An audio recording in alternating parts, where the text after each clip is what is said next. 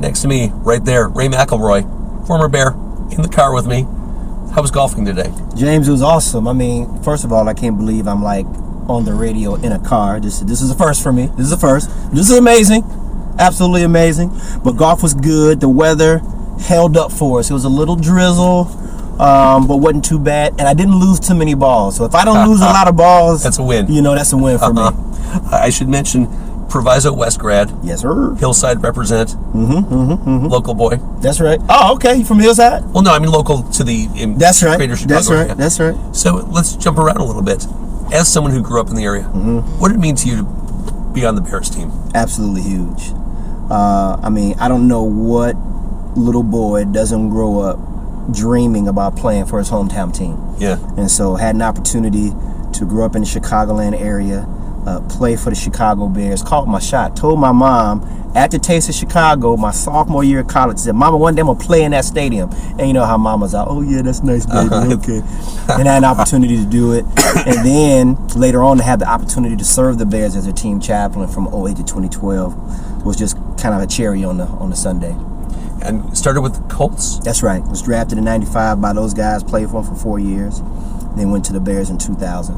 What was playing with the Colts in the 90s like? So cool because if you watch kind of Peyton Manning's story, I got to play with him his rookie year. Yeah. We were part of kind of that front edge of the city transforming from a basketball town to a football town. And so my first 2 years, 95 and 96, if I'm not mistaken, are the first 2 years that the Indianapolis Colts franchise actually made it to the playoffs. Our team, my rookie year, literally one play from going to the Super Bowl.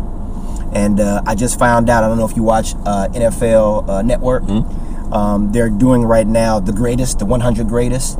That game I'm talking about, 1995, Colts versus Steelers, number 87 on the top 100 all-time game. So pretty cool game. You mentioned the chaplain work, and you've basically committed to a life of social work and doing right, helping communities and children who otherwise wouldn't get help or attention. Yeah. Talk about that. What was blessed to have the platform of professional athletics, and I believe that it was a blessing from the Lord. And so because of that, I feel a sense of duty to utilize the platform for His glory. And so every opportunity I get, I'm an associate pastor up in Central Christian Church. We have our own nonprofit, A Ray of Hope on Earth, where we do youth development and professional athlete development. And so athletes want to help them better transition from the game. Once the game is done with them, we mentor in 3 schools in the city of Chicago currently. We work with middle school age boys. We've been doing it for the last 5 years.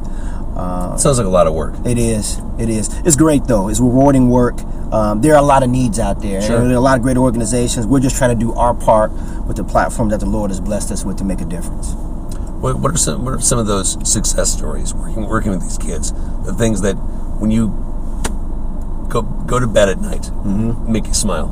So the one that comes to my mind immediately, we had a young man come through our youth camps, actually went to Proviso West High School and was down to the last cuts of making the Chicago Bears this year, Mr. Jameer Thurman. And just to be able to say that we were able to touch his life. And also he came back this year and worked our youth football camp. And so just a kind of real cool... It's paying it forward. He's paying it forward, right? We had another young man. His name is Vontrell Williams. Vontrell, I spoke at his middle school when he was an 8th grader. Then years later, he came and worked my youth football camp that I had at Proviso West. And now he is the defensive line coach for Eastern Michigan University. Had a little bit of problems in college, was at the University of Illinois. We were able to kind of step in and help give him some guidance. And I just did their chapel when they played Illinois.